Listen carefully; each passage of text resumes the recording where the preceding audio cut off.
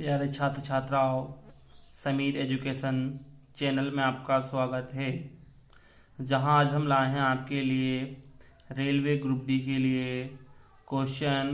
और हम जो सीखेंगे, हम इसमें सीखेंगे मतलब साइंस के प्रश्न। वो भी कौन से प्रश्न होंगे जो अब से क्या है कि अब से पहले जितने भी एग्ज़ाम हुए हैं रेलवे से संबंधित, उन सभी प्रश्नों की जो प्रीवियस क्वेश्चन होंगे उन प्रीवियस क्वेश्चन को हम देखेंगे। इससे क्या फ़ायदा होगा, आने वाले एग्ज़ाम के लिए आपके लिए ये क्वेश्चन बहुत महत्वपूर्ण होंगे। अब देखते हैं क्या है कि आरआरबी महेंद्र घाट, क्या है कि आरआरबी महेंद्र घाट 27/5/2021 में ये प्रश्न पूछे गए थे। क्या है कि जो आरआरबी का एग्ज़ाम हुआ था महेंद्र घाट 27 तारीख 5वां महीना 2021 को जो पेपर हुआ था, तो उसमें जो साइंस के क्वेश्चन आए थे वे किस प्रकार हैं, आइए देखते हैं।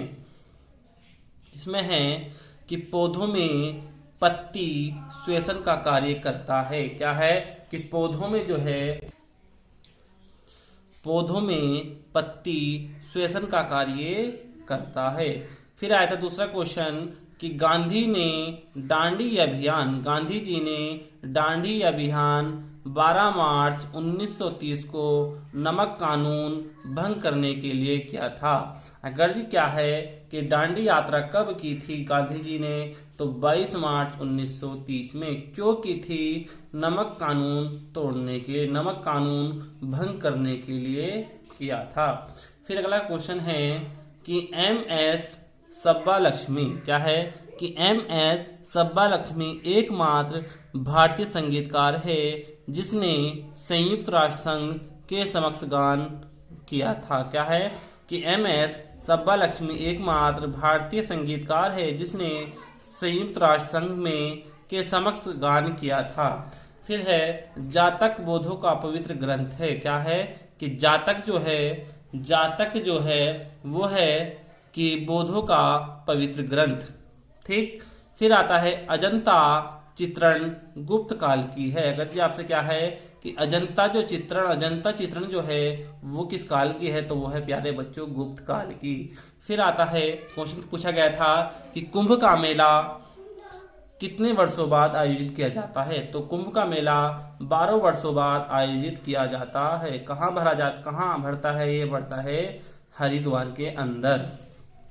फिर आता है अगला क्वेश्चन कि शुद्ध सोना 24 कैरेट का होता है। अगर जी आपसे पूछ ले जाए कि शुद्ध सोना कितने कैरेट का होता है, तो होता है 24 कैरेट का। अगर जी पूछ ले जाए कि सोना बनाने के लिए किस धातु का प्रयोग किया जाता है, तो उस धातु का नाम है प्यारे बच्चों तांबा। ठीक। फिर आता है नामचे बरवा हिमालय पर्वत शिखर असम में स्थित है। कौन सा? कि नामचे बरवा हिमालय पर्वत कौन से शिखर में स्थित है, तो वो है असम में। किसमें? असम में। फिर है क्वेश्चन अगला क्वेश्चन है कि राज्यारोहण का विस्तृत विवरण अर्थवेद में मिलता है। क्या है कि राज्यारोहण का विस्तृत विवरण अर्थवेद में मिलता है। फिर है पराबैंगनी किरणों को सर्वप्रथम किसने देखा था, तो उस वैज्ञानिक का नाम है जोहान विसहेल्स। तो जोहान विसहेल्स ने जो है पराबैंगनी किरणों को सबसे पहले देखा था। फिर आता है क्वेश्चन अगला कि सिंधु घाटी सभ्यता का पतन नगर कहाँ है, तो सिंधु घाटी सभ्यता का पतन किस नगर में है, तो उस नगर का नाम है प्यारे बच्चों लोथल। क्या है कि सिंधु सभ्यता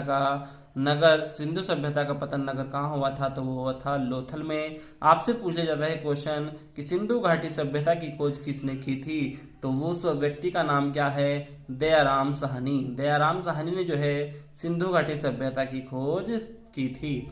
फिर आता है कृष्णदेव राय कहाँ के राजा थे, तो कृष्णदेव राय जो प्यारे बच्चों राजा थे वो थे विजयनगर के। कहाँ के राजा थे? विजयनगर के राजा थे। कौन? कृष्णदेव राय। फिर आता है क्वेश्चन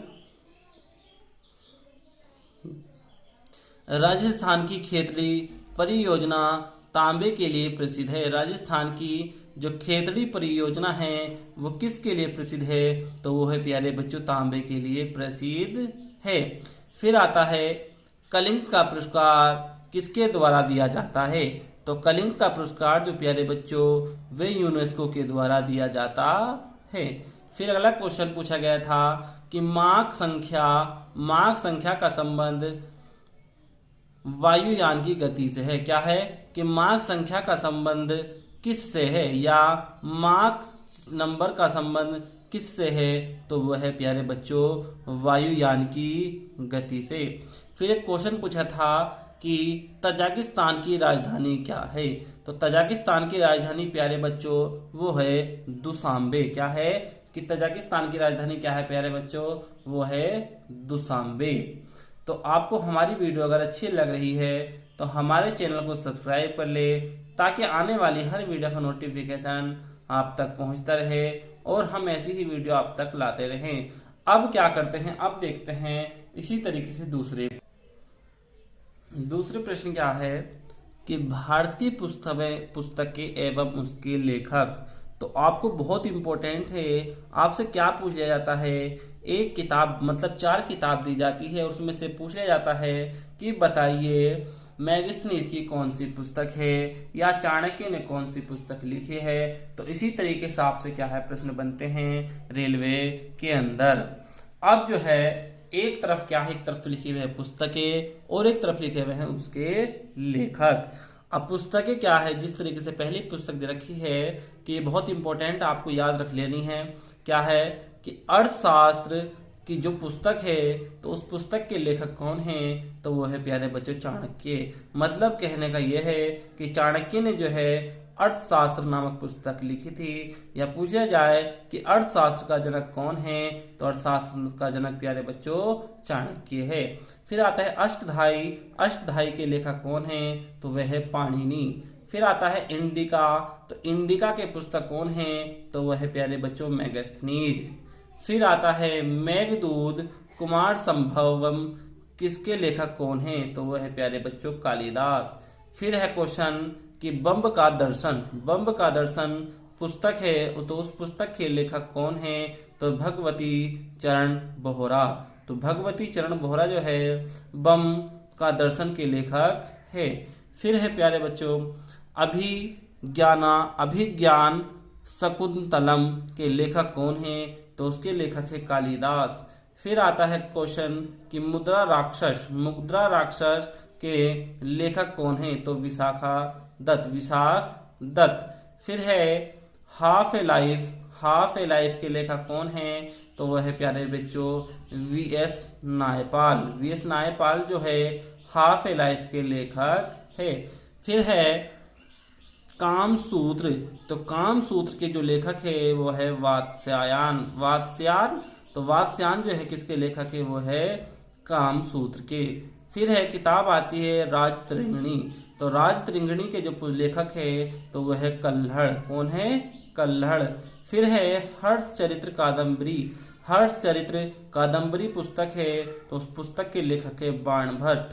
फिर आती है पंचतंत्र, तो पंचतंत्र के जो पुस्तक के लेखक है वो है विष्णु शर्मा। वो कौन है? विष्णु शर्मा।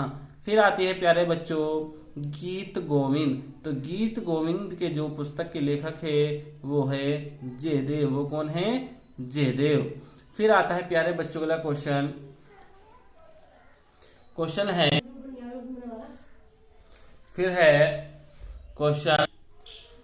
क्वेश्चन कि पृथ्वीराज रासो के लेखक कौन हैं? तो पृथ्वीराज रासो की जो पुस्तक है उसके जो लेखक है वो है चंद्रबरदाई। कौन है? चंद्रबरदाई।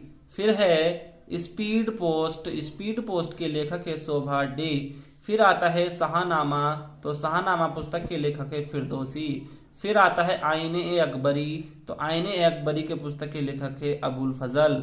फिर पुस्तक आती है काव्य मीमांसा, तो काव्य मीमांसा के जो लेखक है तो उस लेखक का नाम है प्यारे बच्चों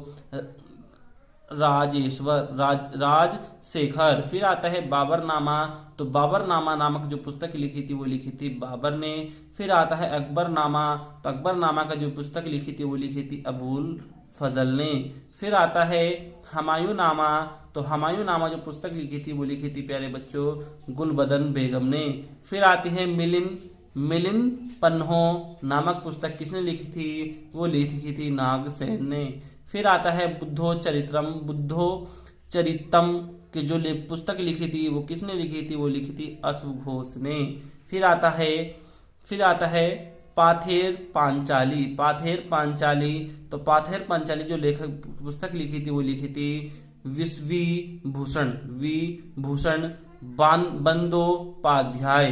तो प्यारे बच्चों, आपको हमारी वीडियो कैसी लगी? अगर जो आपको हमारी वीडियो अच्छी लगी है तो हमारे चैनल को सब्सक्राइब कर ले, ताकि आने वाली हर वीडियो का नोटिफिकेशन आप तक पहुंचता रहे। ये हम जो कराएंगे रेलवे ग्रुप डी तक कराएंगे, ताकि इसी से ही क्या है जीके से क्वेश्चन बने। मात्र कितने क्वेश्चन आने हैं? 25 क्वेश्चन आने हैं, और 25 मतलब 20 क्वेश्चन आने हैं, और 20 में से आपको कम से कम 15 क्वेश्चन अटेम्प्ट करने होंगे, तभी आपका क्या होगा, सिलेक्शन होगा। अब ये सिलेक्शन कहाँ से होगा? ये सिलेक्शन होगा इस वाली किताब से। अगर जो आप इस किताब को डेली ही हमारे साथ पढ़ते चले जाओगे तो आपके 100% में से कम 20 क्वेश्चन में से 15 नंबर आपके बिल्कुल सही होंगे। बस यही मैं आपसे कहना चाहता हूं। अगर जो आप अभी भी नहीं पढ़े हो तो आप हमारे चैनल को सब्सक्राइब कर ले, ताकि आने वाली हर रोज वीडियो का नोटिफिकेशन आप तक पहुंचता रहे। अच्छा प्यारे बच्चों, धन्यवाद।